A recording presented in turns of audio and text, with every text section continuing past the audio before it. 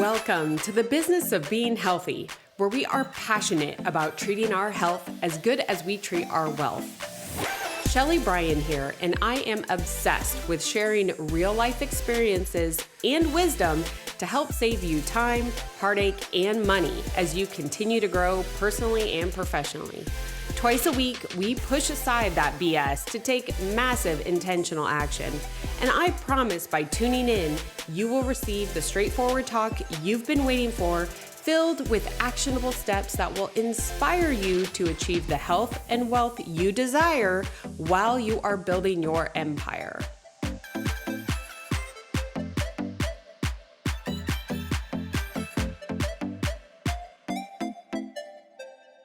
All right, well, welcome back to another episode here on the Business of Being Healthy show. I am joined by two ladies that have absolutely inspired me and continue to inspire me the more I get to know them. So it's truly an honor to be able to bring both Jill and Mary from Girls Mentorship here on the show today. And I got to tell you, like this conversation, we were already talking before we got started, it could go so many different ways. And this show, right? I love the giggles because this show is all about like sharing the wisdom, sharing the knowledge, sharing the experiences so that we can help someone else kind of exceed at a faster pace than maybe we did. Learn the lessons that we wish we would have learned previously. And so I'm just going to share a little tidbit on both gals, and then we're going to jump in here. But Jill has an incredible experience, not only being a mom of two, but she spent 10 years with Lululemon in all the ranks, all the leadership. I can't wait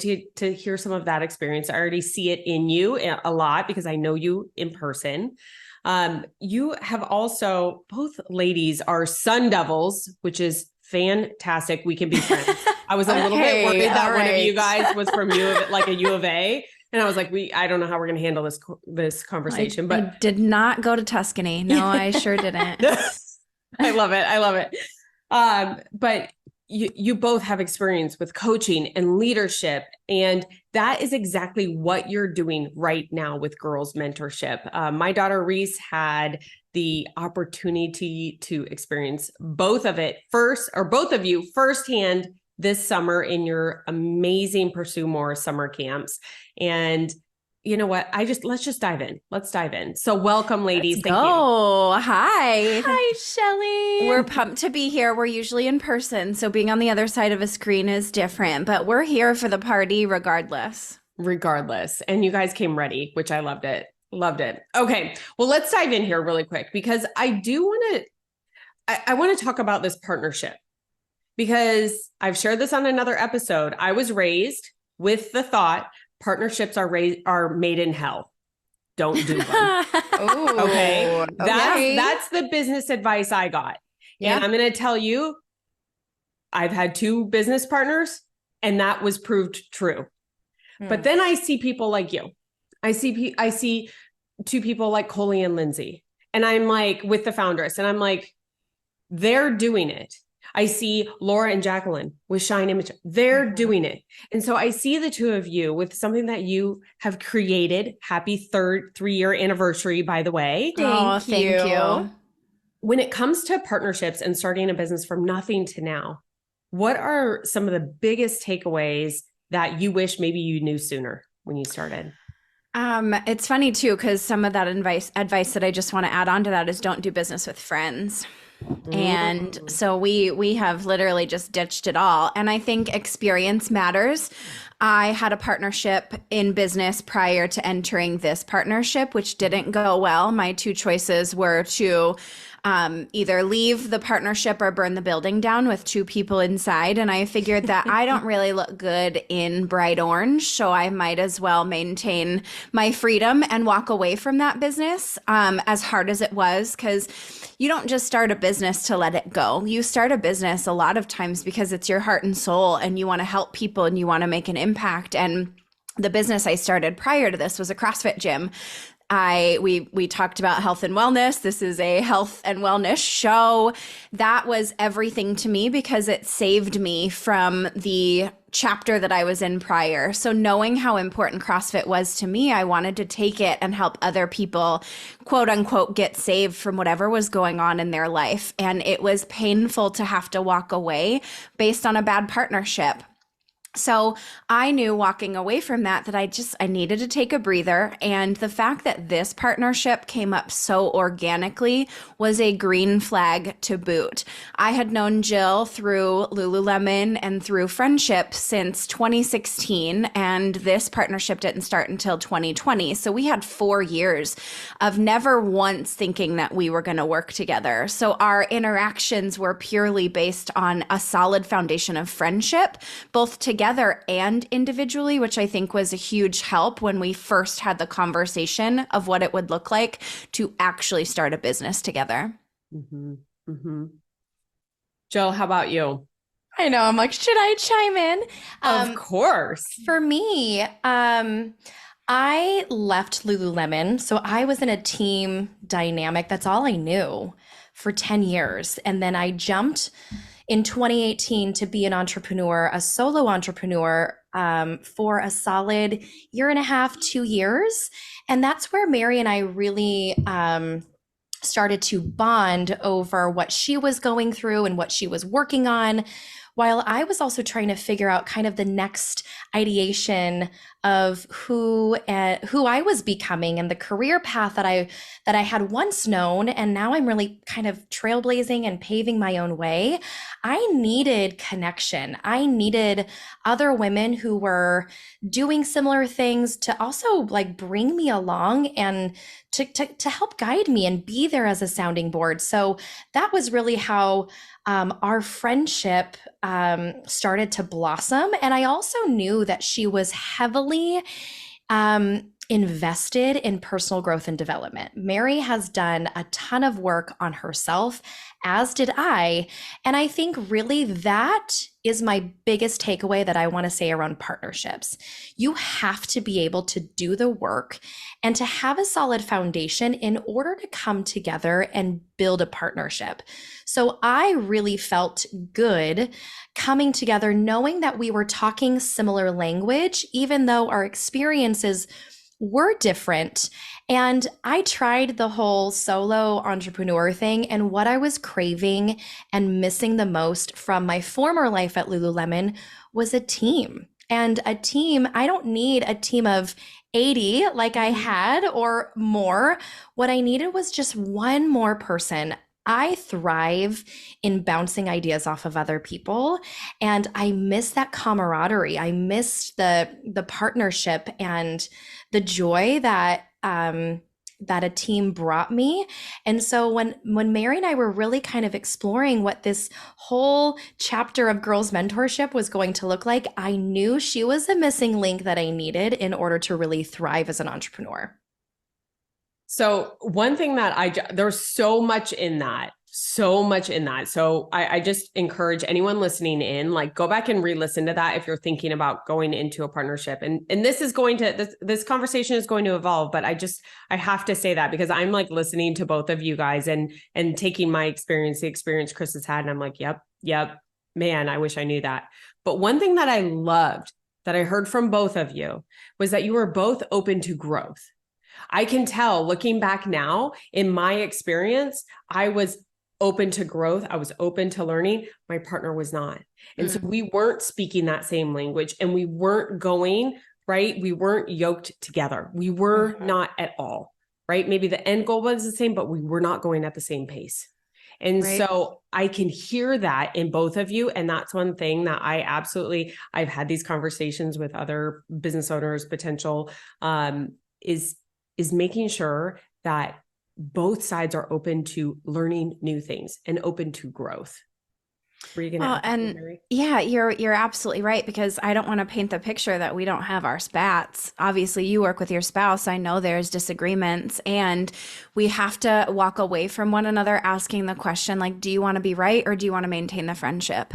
So there's a lot of conversations that go on internally as well as between the two of us around putting our ego aside. And I think a lot of people have a really difficult time deciphering what their ego even is and being able to separate from their ego to make the decision that works best for both people moving forward. And we've had a lot of practice, both outside of our partnership, but realistically inside of our partnership. We have gotten to hold space for one another through some really tough conversations and times and big decisions that have created rifts within our business. And we constantly go back to, do you want to be right? Or do you want to maintain the friendship? And it's always the latter. We want this relationship means more to me than the business means to me. Yeah. Yeah. I just love that. And, you know, I heard this recently. I can't remember the show, but it's like, are you more interested in winning or more interested in being right? You know, and I think that comes with time and experience. So anyone that hasn't been there, it's like, you want to be right. You want to be right. And I, as well as I believe most high achievers, we're right fighters, right? We are right fighters. That is a hard thing that we have to reflect on and then take back. You ask yourself that question. I think asking and reflecting like yourself on questions is one of the most powerful things that you can do to open yourself up for that growth in business. I 100% agree. I was just going to say it's, we have to be constantly working on ourselves. What Mary is experiencing and going through is going to look different than what I'm experiencing and going through. And watching each other and holding each other accountable outside of what we're working on and in the business is equally important. So who are we becoming as people? And what are we doing to garner those skills or to grow in those certain areas? It's like, it is so important for us, especially if we're working with families and girls and we're coaching them around who they're being. Like, we would be frauds if we weren't in the work ourselves. So whether it's therapy or podcast or, you know, doing things that are constantly refining who we are, we need to constantly be looking at ourselves first in order to be who we want to be for one another. Mm-hmm. I mean, this is a premise that everyone I know has heard on this show is like, if you want to like increase your business, increase your income, do all of that, you have to invest in yourself first. The better that you make yourself, the better that you can show up for everyone. But it's a flip of a mindset, right? You have to change. It's not always give to everyone else. It's give to yourself so that you can give more to everyone else. Oh, and that is not always easy. No, it ain't. No, that isn't. But what I loved is like, it's like the practice in what you just shared. It, you know, Jill, it's the practice. It's the fact that like, we're not perfect and we shouldn't expect to be perfect, but the more reps that we can get in, we get a little bit better, right? We recognize, okay, my ego's in the way a little bit faster. Doesn't mean you're not going to have the riff, Hopefully. but like hopefully. We know several people that have it, and that's where the mindset doesn't shift, right? We all know someone who is resting on their laurels of whatever it is and who refuses to see the other side of things. And that's the exact thing that's in their way. That's what stops them every single time, but they can't see the forest from the trees. So hopefully. Well, and that's why this conversation right now is so important, quite honestly, because sometimes it's not hearing from the partner, right? Like certain things I don't need to hear from Chris. I need to hear it from someone else that it'll just register different with me. So I hope today's show will do that for someone else that, you know, is in a partnership, any kind of partnership. Let's even put it that way. 100%. Now I want to switch gears real quick because I wanted to lay the foundation of the partnership of the two gals that I have on the show right now. And now I want to bring in Girls Mentorship.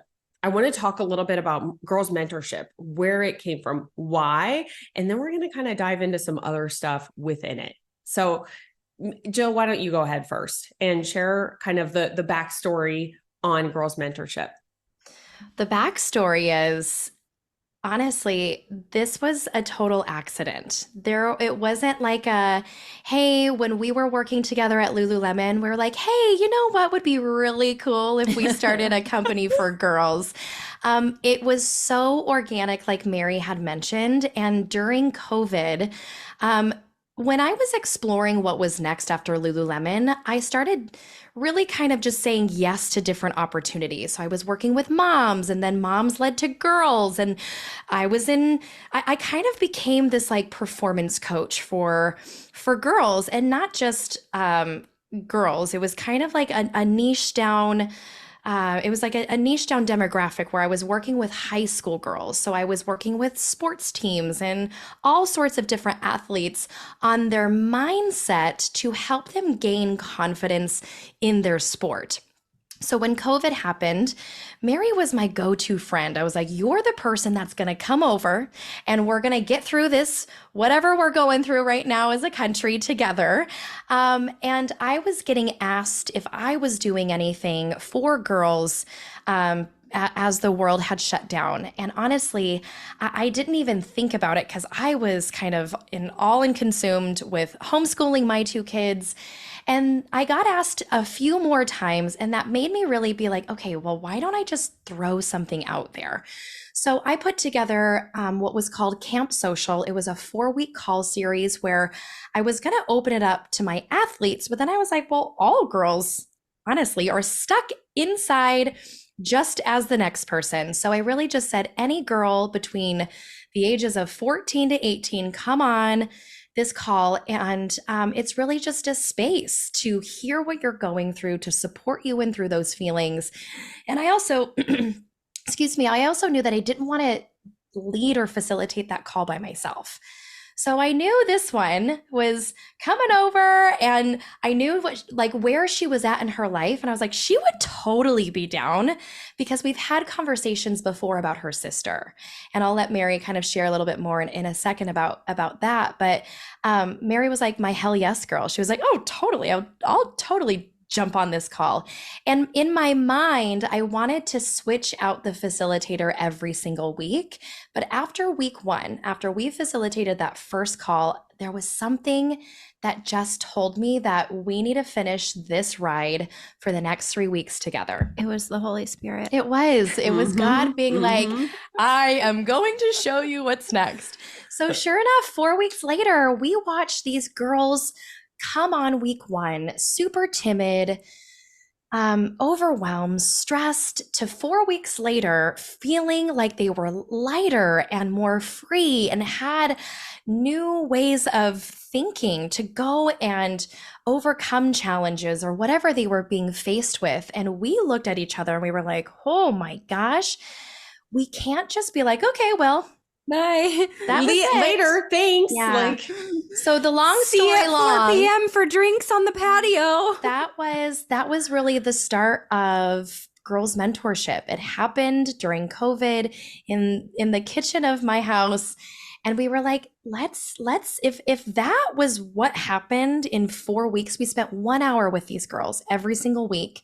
What's possible for the other girls that are out there suffering? Mm-hmm. And we also knew who we were as girls. And we like, wouldn't it be cool if we get to be the people that we once needed to be? So that was really the start of Girls Mentorship. We had no idea what the hell we were doing, but we knew that we had, and we still don't 3 years later, that we had something really special.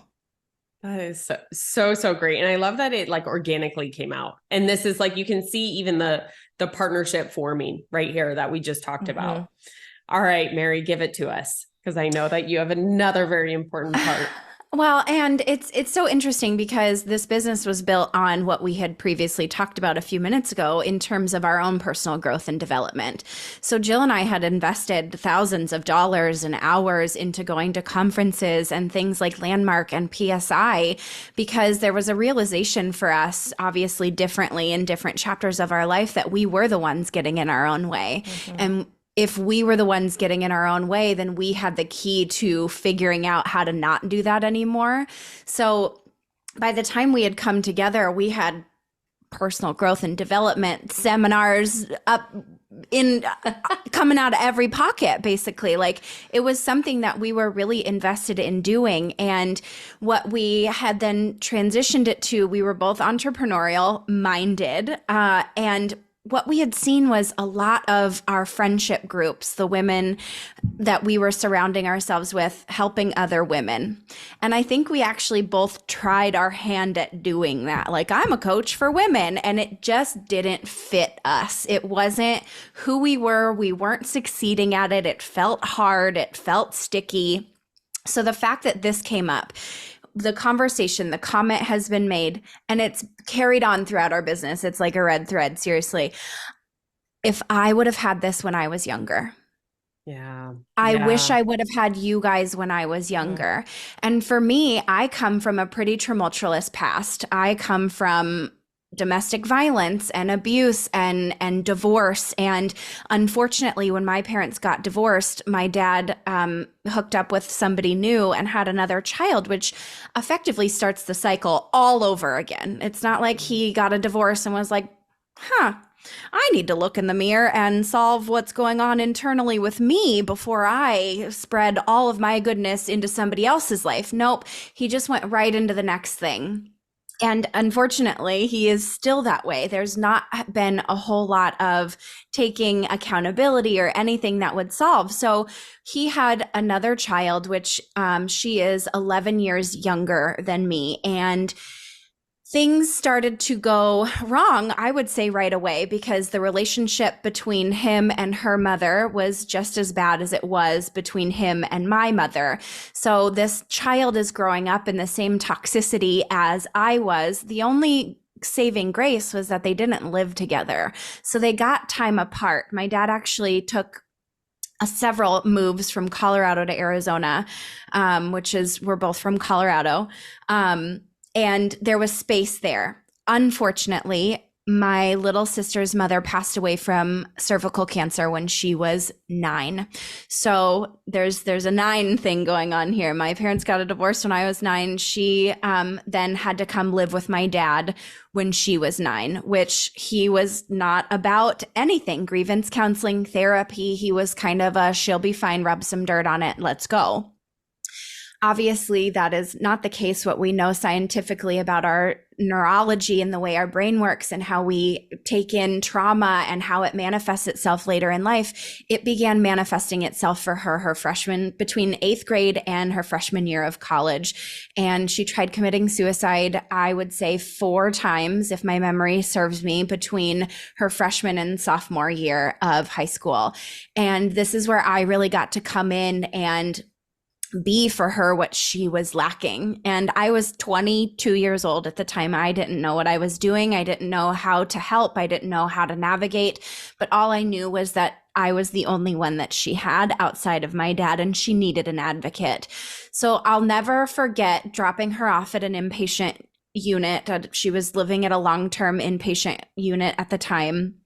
CPS had taken full custody of her. We had gone through the ringer, and I dropped her off at this behavioral clinic, and I had just really gotten into CrossFit. I said that CrossFit was a saving grace for me. It was like my 1 hour of the day not to think about the stresses and everything that was going on in my life. And I just got to release. So I was driving away and I was like, man, how can I use my love of CrossFit to help girls? Because I don't want another girl in my life to experience what my sister and I are feeling. And like I said, I was 22. The thought was fleeting. I probably thought about it for 5 seconds, drove away, and something else came to mind. And I never thought about it again until 2020. Until 2020, when Jill called me and said, hey, I'm doing this thing tomorrow. Do you want to come over? And I was like, what am I doing? I don't have anything else to do. Absolutely.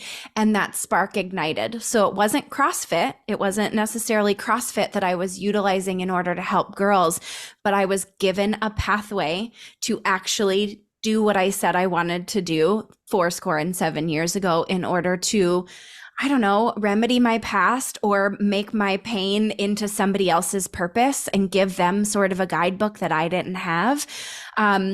So 2 very different stories, but one very unique mission that is incredibly special to the both of us in that way. I mean, I thank you. Thank you for sharing, both of you. Because I think each story is quite unique and adds to the secret sauce, let's say, of what you guys are creating. And being able to share that and talk about that Mary, is a big deal. So just even sharing that story, I know helped someone today. What I want to say, or what I want to point out, and there's these little nuances. This is why I love being a podcast host, is these little nuances. So both of them said, we invested thousands of dollars and time to go to all of these, self-help, personal growth, all these different conferences. I know a lot of people have done the same. I have done the same. I have read, I have researched, but the difference is going and taking action. That's the difference. You can go and invest, but I don't know that it's really an investment as much as a transaction.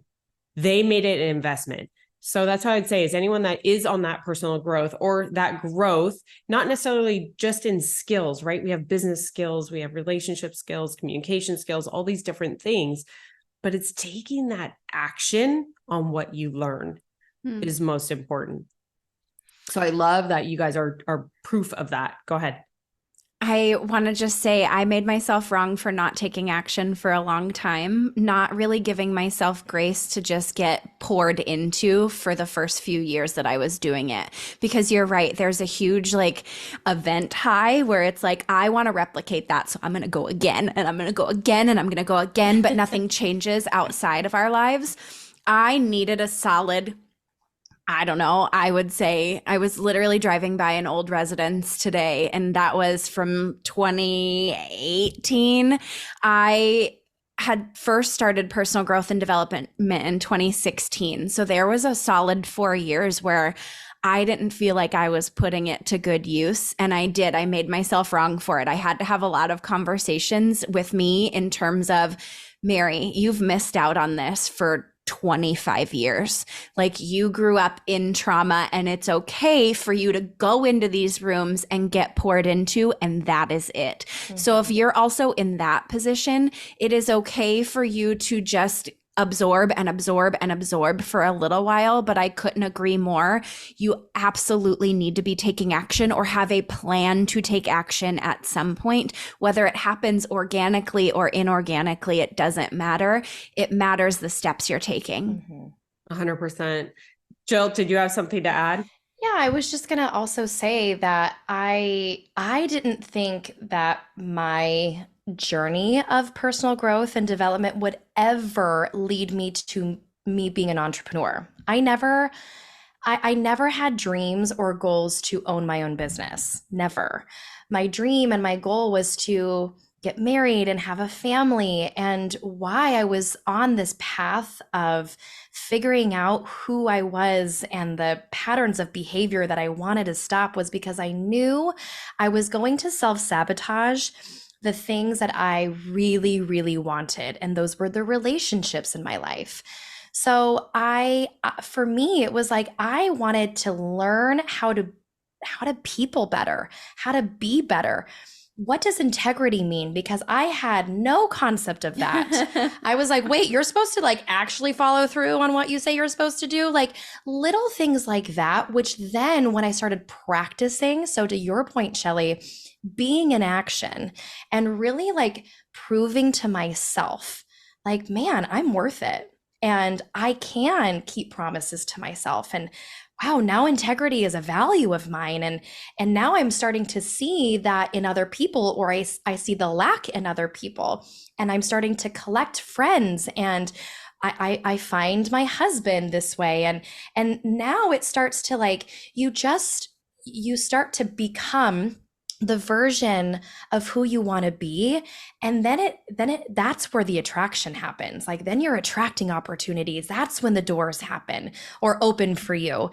And you get to step in those doors and figure out if that's what you want. I just think this work can literally transform your life in however you want it to transform your life. Whether it is, to strengthen relationships or to start a business. But if you don't act on it, you're right. You're doing yourself a disservice, but you're also doing the world a disservice. Yeah, absolutely love that. Absolutely love that. And there was one other thing that you both said, and at this point, I can't remember who said it. So we're just going to say both of you guys, is it was taking back the power and the control. Because here's something that someone, I had, a divorce, my brother in jail, like all of this stuff too. And I could sit here and I could literally point my finger at a million different people that did it, right? But I lose all power. I lose all strength. It all goes to everyone else. Like I'm literally giving up my power. And one of you said it, and I can't remember, I have to listen back on it, but you were like, I had to look at me. I took it back. I had to. And you've heard a lot of I's on this show. And I actually like it. So often we're like, oh, we should talk about everyone else and like give to everybody else and we and our and all these different words, which I do think are very, very important when you're leading a team. But sometimes it's like, I did the work. I had to look at me in the mirror to go do the work. Right. And so I love that you guys mentioned that earlier. And that's something that I just wanted to bring back because we are talking a lot of personal growth. I told you guys, this conversation was going to go wheels off, right? We're partnerships, growth, how we built Girls Mentorship, but this is life. This is business, right? It is not picture perfect. It is all over the place. And so I think all of these experiences are super important, but both of you took back the power of what was going on in your life onto you and then took massive action to get the growth.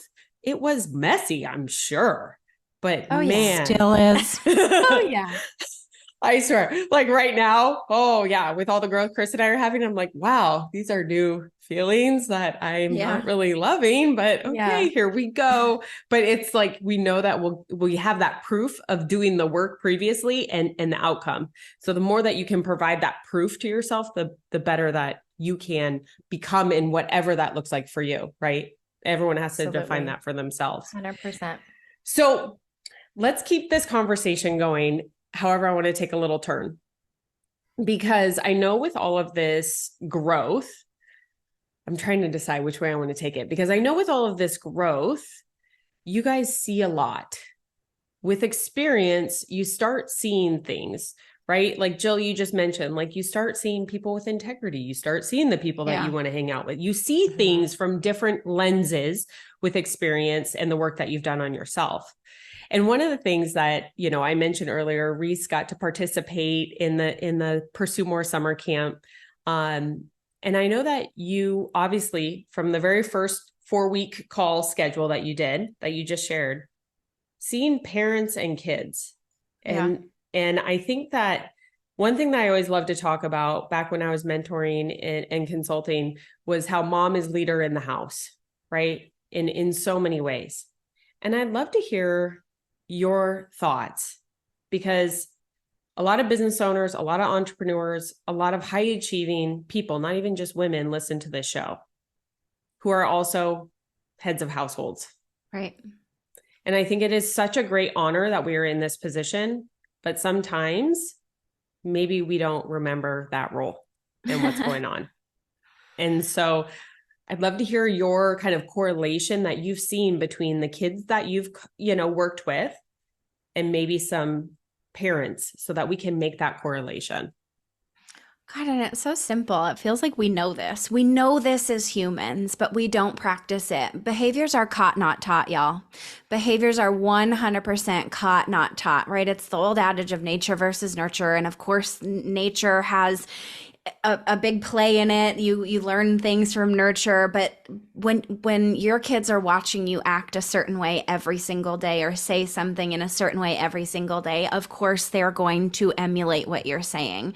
I mean, I say things that Jill says and Jill says things that I say because we're around one another all the time. So I'm gonna take us down a story about meatloaf. It'll make sense here in just a moment. However, picture a woman cooking dinner for her family. And her husband is watching her do what she's doing. And she has this meatloaf and she cuts the ends off and she puts it in the oven. And her husband goes, honey, why did you just do that? And she goes, I don't know. I think my mom used to do it. So let's ask her. So they call up mom. Hey, mom, I'm making meatloaf. Why did you cut the ends off of the meatloaf? And she's like, God, that's such a great question. I have no idea. I learned it from my mom. So they call grandma and they're like, Grandma, what's going on with the meatloaf? Like, why are we all now cutting the ends off the meatloaf? And she goes, oh, well, my oven was too small to hold the entire thing. And it's like, if we don't question where our behaviors came from, we'll never be able to change those behaviors. And I think that's such a beautiful story around being able to depict where we wind up meeting girls. Because absolutely, we had 3 different weeks of summer camp. Each week was essentially the same in terms of the actions that we needed parents to take.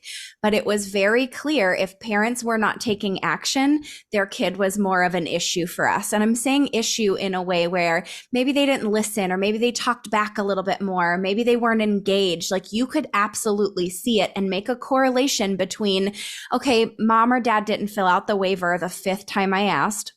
Mom and dad didn't join the community tool that we asked them to join in order to keep them updated and apprised on what we were doing at camp. And now I'm seeing certain behaviors play out with the child that are similar to someone not doing something.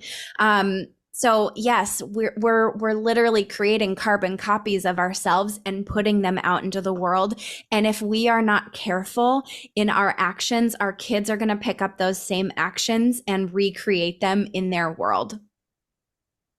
Yep. Jill, what do you think? What are some of your observations?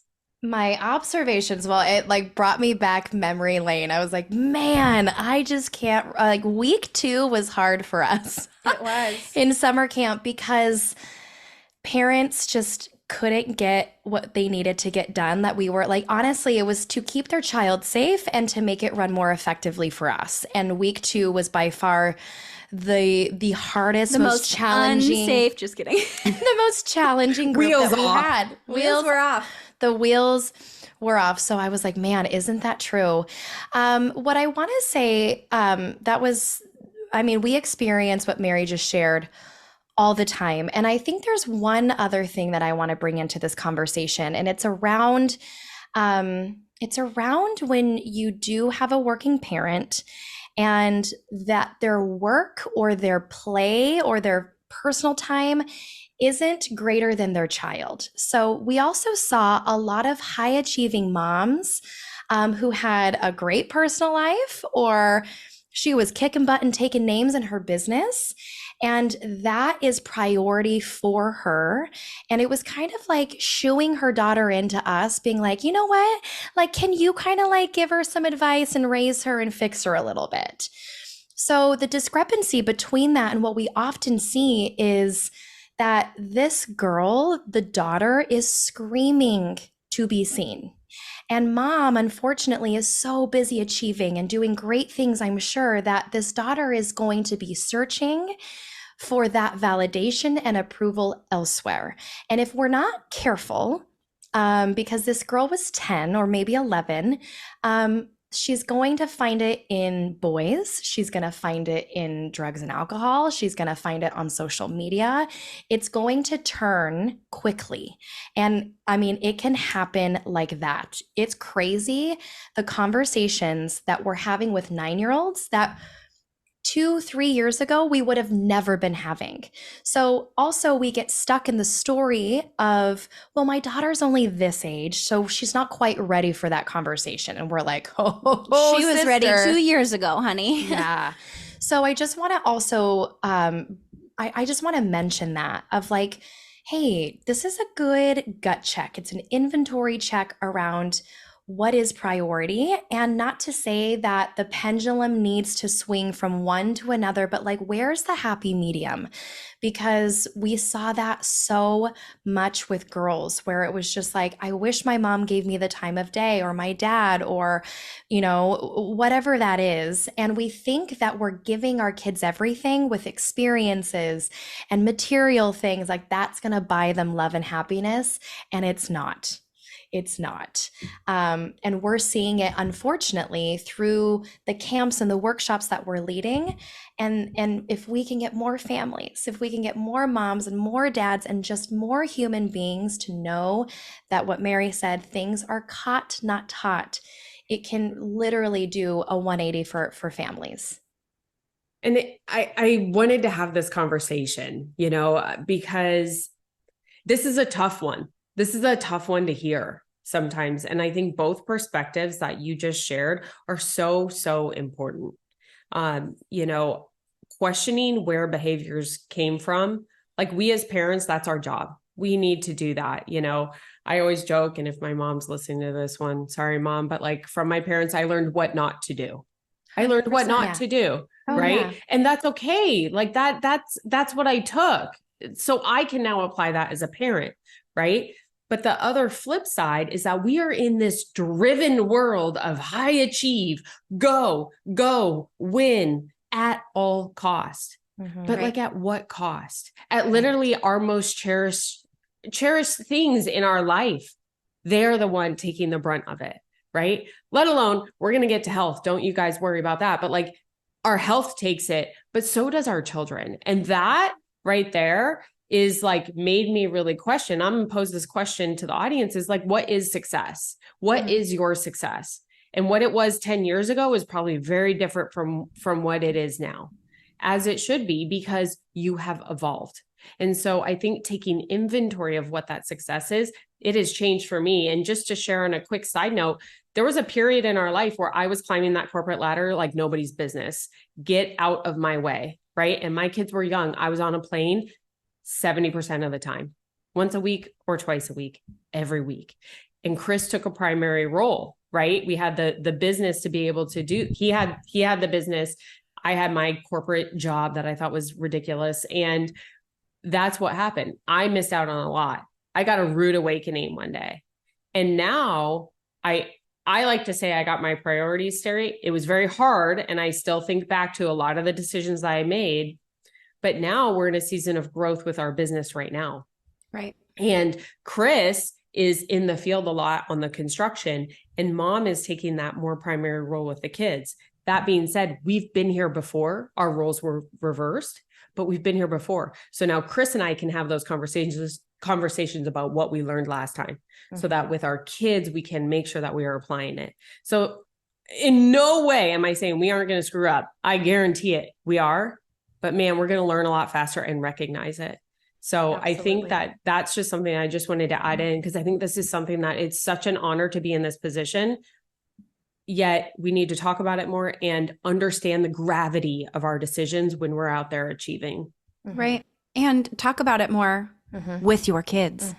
Explain to them the actions you're taking and why. You know, you have to be able to help them. We're not raising kids, we're raising adults. And if we're not talking to them about the decisions that we're making and the discernment that we're using in making those decisions, or the feelings we're feeling, like, yes, dad has to leave vacation and this is why, and here's what the consequence of him staying here versus the consequence of him leaving are, right? We think about consequences in a usually unhealthy or negative connotation, but we are doing our kids such a disservice if we're not allowing them into our thought process and our story, for them to see how we're critically thinking and decision making, in order for them to see that there's also positive consequences that can come from healthy decisions that are made, even if it's difficult. So what we know about kids is they also perceive things to be totally off. We think that girls can read body language really well. We think girls can read body language better than boys. Obviously, we had a conversation a little bit ago about Jax being a little slower on the uptake than Reese is, which is fine. That is, he's tracking with other boys his age.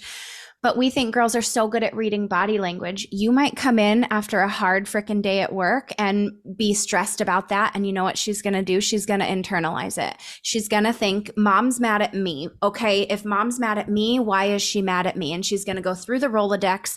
Sorry, you probably, Rolodex is such a dated term. She's going to go down the rabbit hole of things that she thinks she might have done to make you upset, and it's going to stay with her for who knows how long. It could literally be her entire life if we're not careful. That is the gravity of this situation, and not letting our kids into how we're feeling, what we're thinking, right? Because she starts to think that, you know how you could remedy that situation within 2.4 seconds. Hey, I know that I am probably coming in hot right now. I'm a little stressed out. I'm a little anxious. Here's why. And here's what I'm going to do about it. I need to take a deep breath and go do a 5-minute meditation in order to separate what happened in my day from me being mom to you. But it's nothing about you. And what you did for her was release her from that story. She's going to go on and tell herself, and gave her practical tools and tips on how to help her when she's anxious and stressed. So talk about it. Sure. Talk about it with your kids in mind in an appropriate way, obviously for their age, to be able to hear you and grasp what you're saying in order to put it into use in their own lives. I mean, amen to that. Like, I fully agree. That's something I've seen firsthand. And I actually did, I think I did a reel on this, talking about the different hats that we wear as mom or parents, right? Like, and taking the time to almost pause in between your hat switches. So if you are coming home and coming in hot, like you said, because we've all come in hot, right? Whatever happened, maybe there's some road rage, even that, right? Is coming in hot, is like taking a moment, change your hat, take a breath, the 5-minute meditation, the 30-second 3 deep breaths, right? And then walk in, right? But I love bringing them along for the ride. I could not agree with that more. Jill, did you have anything to add? I think it was beautifully said. Nope, 100%. And I also think, well, I guess one more thing, that it's also okay that your kids make mistakes too, you know? So yes, be the role model. Like today, my kid was like, I just put Brock in a headlock and, you know, like a chokehold. Have I ever taught you that?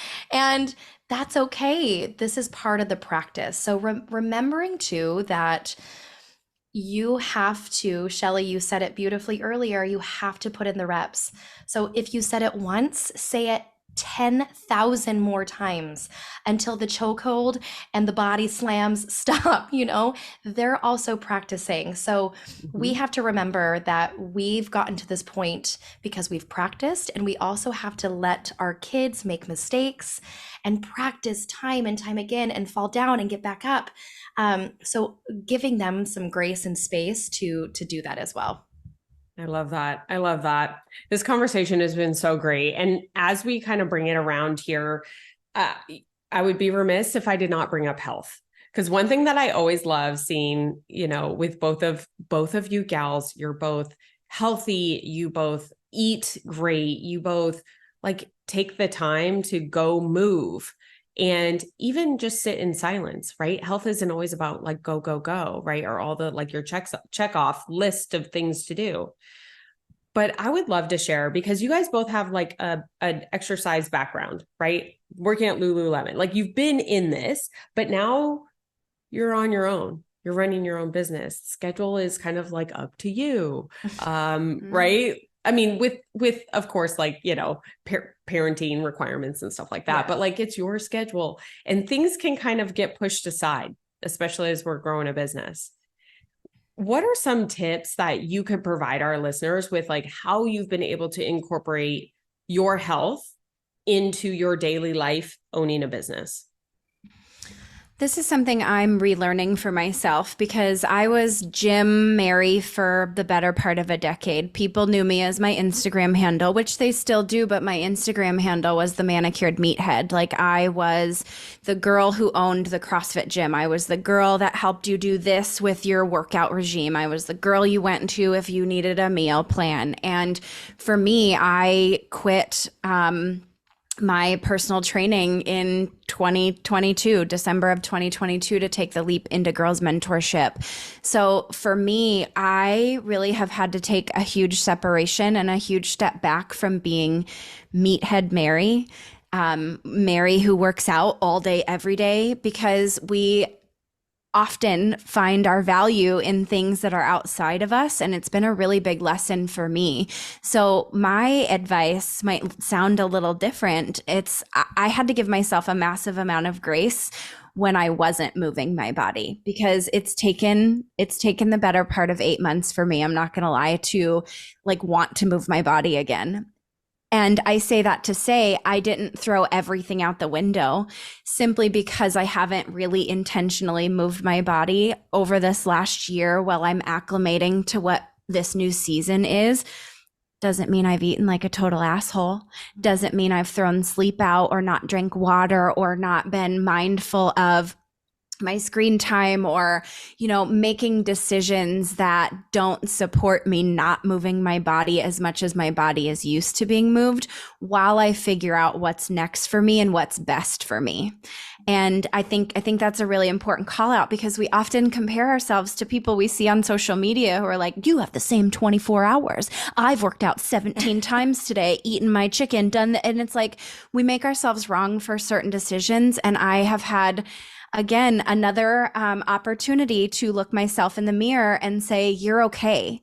This isn't wrong. You deserve a little grace. And it's not like you're quitting doing it or totally undoing all of the work you've done for yourself over the past decade, but your mind needs a break. And it's important for you to move your mind right now more than it's important to move your body.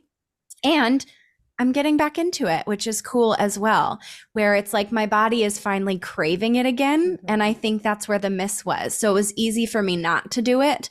However, all of those other habits had to stay in place if I expected to still operate at a high level and not have a rebound time that takes me another 8 months.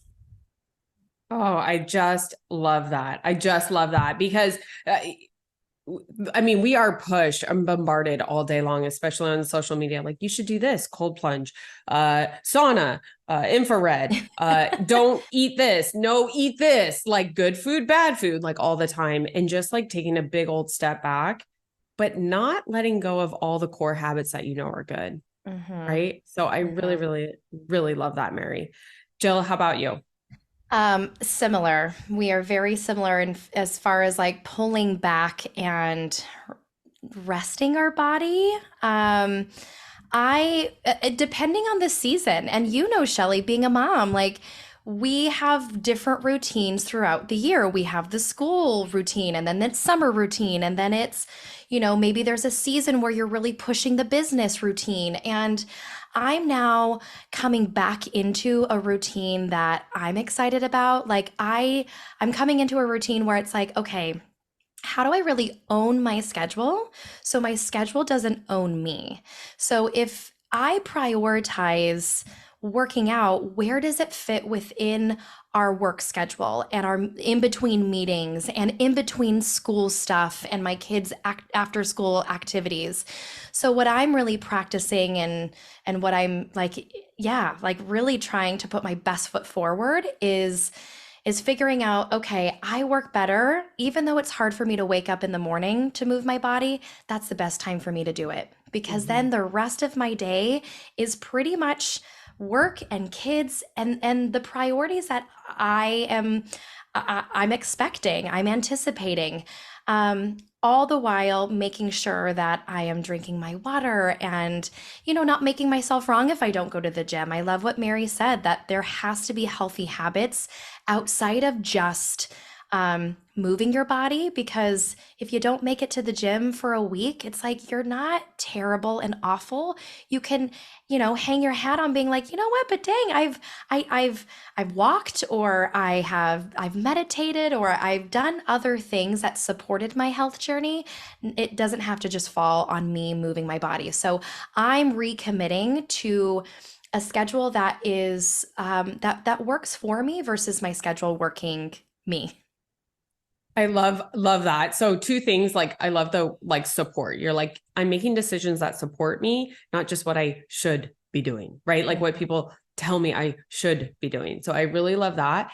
And the schedule, because that's one thing. I mean, I feel like I know personally, and I have previous, like we're so similar in a lot of ways. This has been a fun conversation of like that 2 hours in the gym, 6 days a week, rest day, super crazy nutrition, blah, blah, blah. We're like, now I'm like, if I make it 2 days in the gym, like it's a win for me. And each week is different. So I have to evaluate my schedule each week and allow for that to be flexible. That's what I think is like, to put yourself first. There has to be flexibility because there are so many moving parts, family, friends, business, all of the things, right? Your career, whatever you're doing, if you're still in, if you're in a corporate career position. So I just have to thank you both. This conversation has been so great. It's gone in so many different ways, which is real life. And I hope that all of my listeners, I know that you guys can hear the heart in what they're doing. This didn't just, I think businesses that start this way with so much experience and so organically do some incredible, amazing things. So I would say make sure that you follow along with Jill and Mary on Girls Mentorship. Ladies, where is the best place for them to follow along with you? I would say following the fun happens mostly on our Instagram. We're pretty hilarious, if we do say so ourselves. So that's fun to follow along with. But we make it easeful to have a conversation around your parenting and how to really help boast and boost your teen or tween girls' self-confidence, self-esteem, self-awareness. We're pretty interactive over there. All of our handles on any social media are the same, but I would say we're the most active there. I love that. And one thing I actually want to give you guys out a shout out. Mary, you were doing this, the kind of like trends, what's going on. Oh, yeah. If anything, if you are a parent, you must follow them for these trends, because I cannot keep up with all the stuff that is going on out there. And I'm like, oh, cool. Thanks, Mary. Like now I can be on the watch out for this. Like you educated me as a parent so that I can be on the watch for like whatever is going on with the kids. Like if they say something, I'm going to now know and be able to add.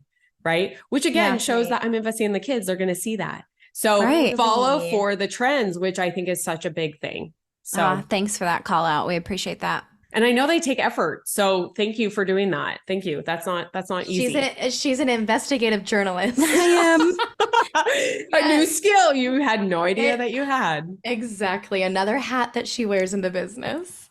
There's so many. All right, ladies, thank you so much for joining. Everyone tuning in, make sure that you share this episode. Share it, tag it out, get the word out. This is one of those episodes that will change lives. And it's not just the lives of our listeners, it's the lives of their children. It's the legacy that's going on. So this is one that you definitely want to share. I will absolutely have the tags to all of Girls Mentorship social media in the notes so you can find it there easily.